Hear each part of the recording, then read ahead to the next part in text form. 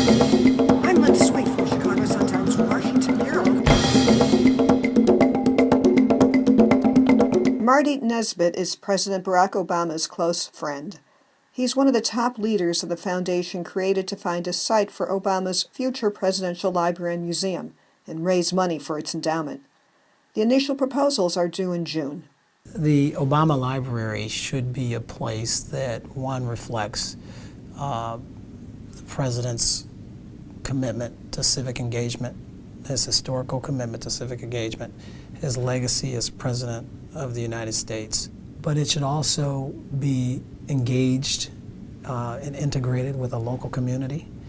It should be engaged and integrated with the broader domestic community and even an international community. It should be respectful of the environment around it.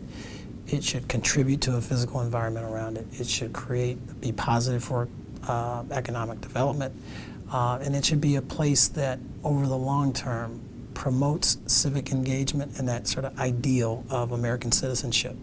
Nesbitt talked about the competition for the library from the offices of the investment company he runs on a high floor of a downtown skyscraper with a stunning view of Lake Michigan. We've got a two-stage process here that we've laid out to come to a site, to ultimately get to a site selection and host. The stage one is a request for qualifications, where we're asking respondents to give us their ideas, their site ideas, their programming ideas, their ideas about how to engage the community, respond to a variety of factors, the way they're thinking around how they might potentially host the Obama Presidential Library.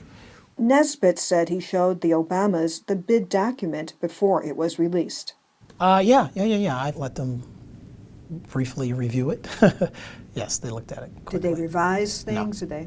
But No. they did see this beforehand. Nesbitt is a South Sider and has seen most of the sites in Chicago that may be in play. He said he's open-minded about the location and everything else. There is no single characteristic that is absolutely necessary. It's sort of the whole bundle of things that folks proposed. You know, there might be an idea that has a lot of value. There might be a location that has a lot of value. There might be a level of community support that has a lot of value. No single asset will determine how this comes out, but it's how those things all combine to make a single proposal. Donors are beginning to make the first contributions to the foundation, I've been told. Eventually, millions of dollars must be raised for a private endowment for the new library to help to maintain and run the facility.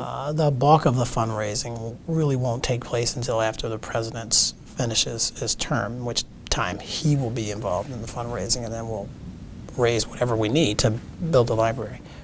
But that would make it a lot easier if he's available and Mrs. Obama to help raise the money then. When they're done. Yeah. We know that the Obamas have said that they may stay in Washington for at least 2 years after he leaves office. Do you think where the Obamas eventually decide to live will influence the decision of the foundation where to put the library?